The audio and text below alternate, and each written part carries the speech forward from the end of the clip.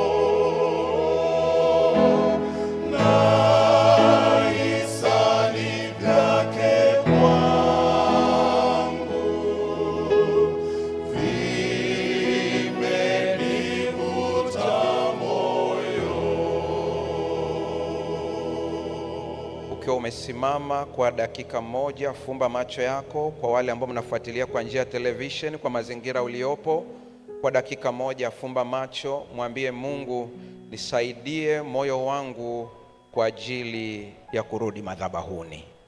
Ndani ya moyo wako fumba macho, lakini moyo wako wasiliana na Bwana.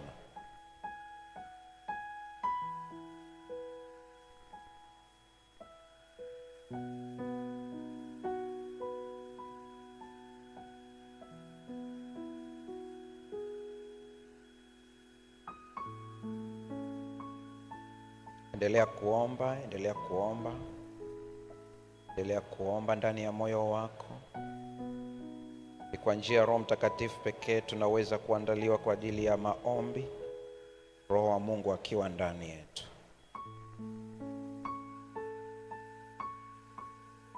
Baba, ukasaidie kila mmoja wetu tunapoingia katika muda wa kurudi madhabahuni, tukarudi katika roho na kweli.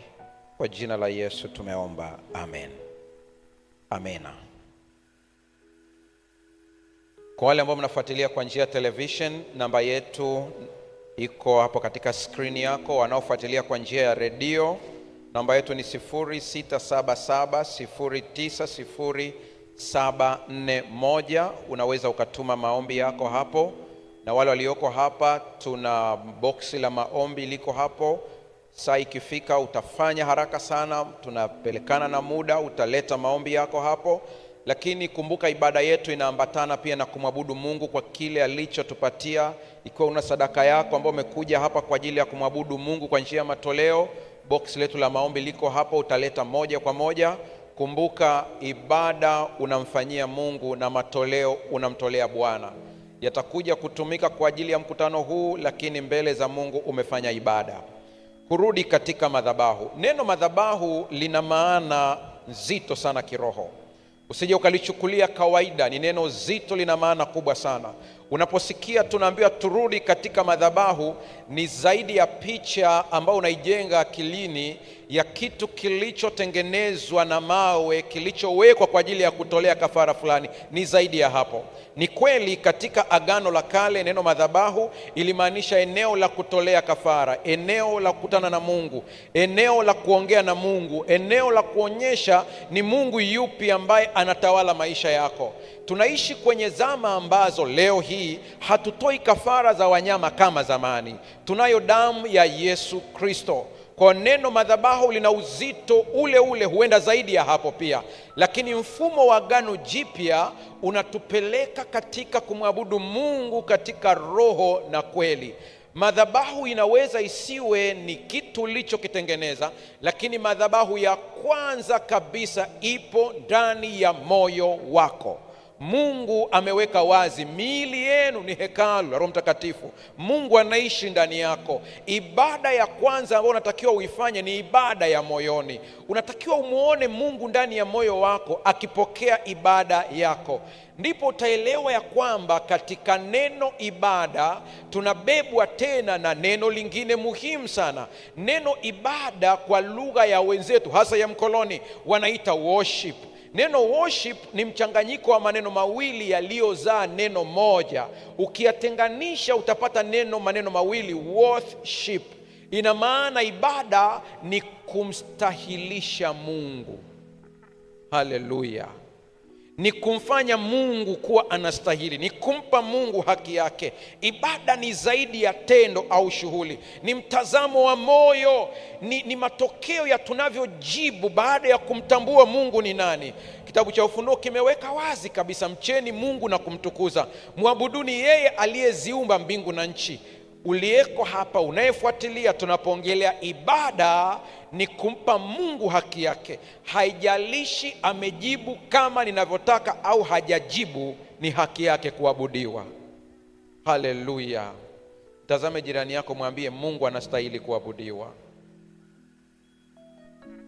Ndipo Yesu anapomwambia mwanamke Msamaria kwenye kitabu cha Yohana sura ya 4 fungu la 23 mpaka 24, anapoelezea uzito wa ibada anasema, lakini saa inakuja nayo ipo, ambayo waabuduo halisi watamwabudu Baba katika roho na kweli, kwa maana Baba awatafuta watu kama hao wamwabudu. Mungu ni roho, nao wamwabuduo yeye imewapasa kumwabudu katika roho na kweli.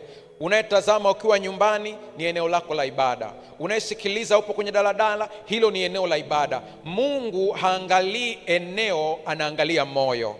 Japo maeneo yana umuhimu katika muonekano wa nje, lakini ina maana gani kama una eneo zuri la ibada lakini moyo wako haujaandaliwa? Mungu anawatafuta watu ambao watamwabudu Baba, watamwabudu Mungu mwenyewe katika roho na kweli. Roho na kweli.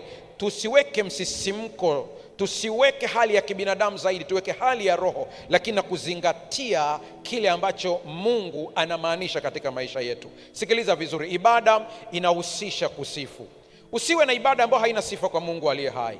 Tunapomsifia Mungu, tunampa haki yake pia, haki yake ya kimsingi kabisa. Tunamtangaza kwamba yeye ni zaidi ya viumbe wengine wote.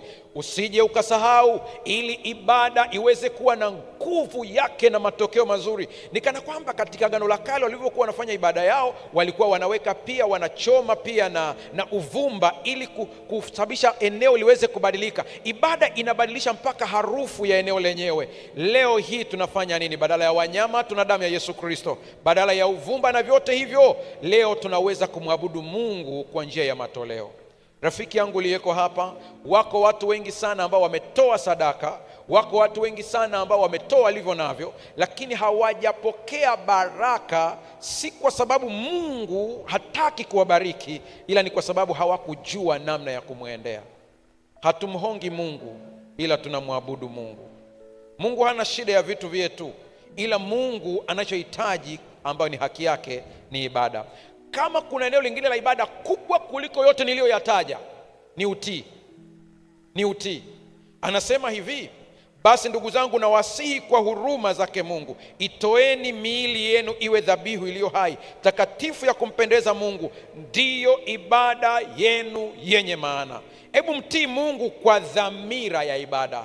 Ndipo tunakuja katika maombi. Maombi ni mawasiliano kati ya wewe na Mungu. Unamwambia, anakuambia. Unamueleza na yeye anakueleza. Tunapoingia katika ibada, kurejea madhabahuni. Kwa nini ni muhimu kurejea madhabahuni? Sikiliza vizuri hapa. Mbali na madhabahu kuna ukavu wa kiroho.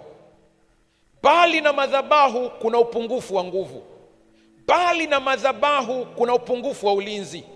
Hatuwezi kujilinda sisi wenyewe bila mkono wa Mungu. Bali na madhabahu kuna ibada isiyo sahihi. Unaweza ukajikuta automatiki umeanza kuabudu miungu mingine. Unaweza usiabudu miungu kama sanamu, lakini ukaabudu pesa.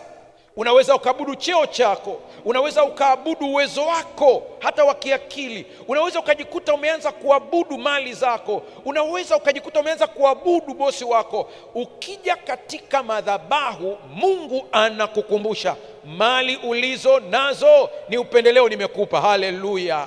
Ukija kwenye madhabahu, Mungu anakukumbusha akili ulizo nazo nilikupa ili ziwe baraka kwa wengine. Ukija kwenye madhabahu unakumbushwa mali, elimu yako, cheo chako, gari lako, kila kitu ni baraka kutoka kwa Bwana amepitishia kwako. Katika madhabahu kuna unyenyekevu, tunamstahilisha Mungu. Tusimame. Kama una maombi yako umeshaandika tayari, unaweza ukayaleta, na kama una sadaka yako unaweza ukaitoa hapo tayari katika box letu la sadaka liko hapo. Tembea moja kwa moja tunapoimba wimbo wetu tena miguuni pake Yesu kuanzia fungu la kwanza. Na kama itawapendeza ndugu zangu, mje hapa mbele kabisa tunapoimba huu wimbo, itakuwa ni vizuri zaidi.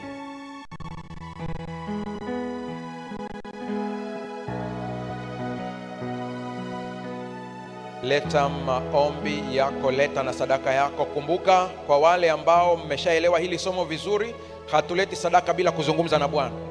Maana hatufanyi mchango, tunafanya ibada. Ikiwa ni sawa, tuangalie vizuri box la sadaka na box la maombi, tuweze kuyatofautisha, tuweze kujua ni lipi na lipi. Karibuni kwa wimbo huo tunapoingia kwenye maombi. Fanya haraka, maana muda si mrefu nitasitisha zoezi hilo. Kwa hiyo kimbia, usitembee. Karibuni ndugu zangu waimbaji. Miguuni pake Yesu, maneno yake tamu, Pahali palipo heri,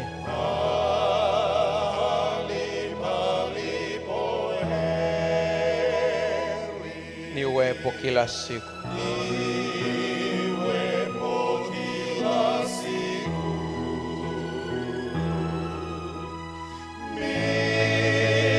Miguuni pake Yesu,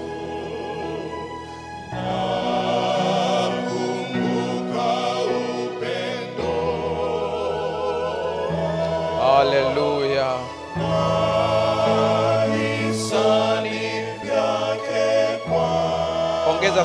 Ongeza spidi kidogo, tunaingia kufunga sehemu hiyo. Kwa hiyo ukimbie.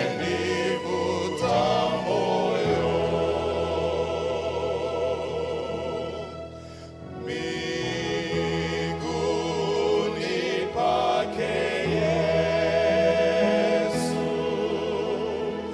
hapa mahali bora Kwa kuweka dhambi zangu,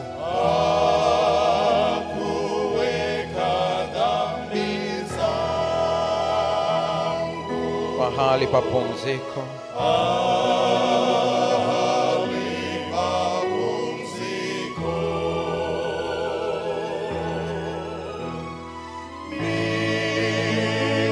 miguuni pake Yesu,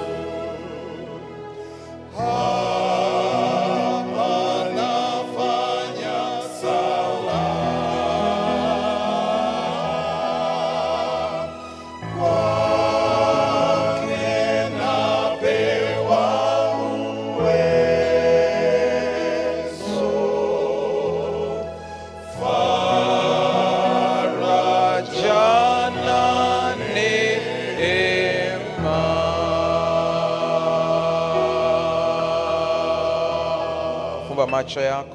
Fumba macho yako mahali ulipo sasa, wakati piano ikiendelea kupigwa. Baba yetu na Mungu wetu, tunakuja kukuabudu wewe pekee uliye Mungu wa kweli. Unastahili kuabudiwa, unastahili, ni haki yako. Kitendo cha kutuumba tu unastahili kuabudiwa. Pokea sifa. Umetupa uhai, umetupa uwezo, umetupa afya njema, unastahili kuabudiwa. Pokea sifa hizi Mungu wetu. Ninakusihi kila mmoja aliyeleta jambo lake akakutane na uwepo wako kwa njia ya ibada ya matoleo, akutane na uwepo wako, ambaye amekuja kwa akieleza haja ya moyo wake, popote walipo, kwenye redio wanasikiliza, wanaotazama kwa njia ya television. We ni Mungu usiye na mipaka, tenda kwa ajili ya utukufu wako. Na mtumishi wako anapokwenda kusimama, nguvu ya Roho Mtakatifu ikawe juu yake kuliko siku zote. Neema yako inatosha. Kwa jina la Yesu tumeomba na kuamini. Amen. Bwana wabariki sana.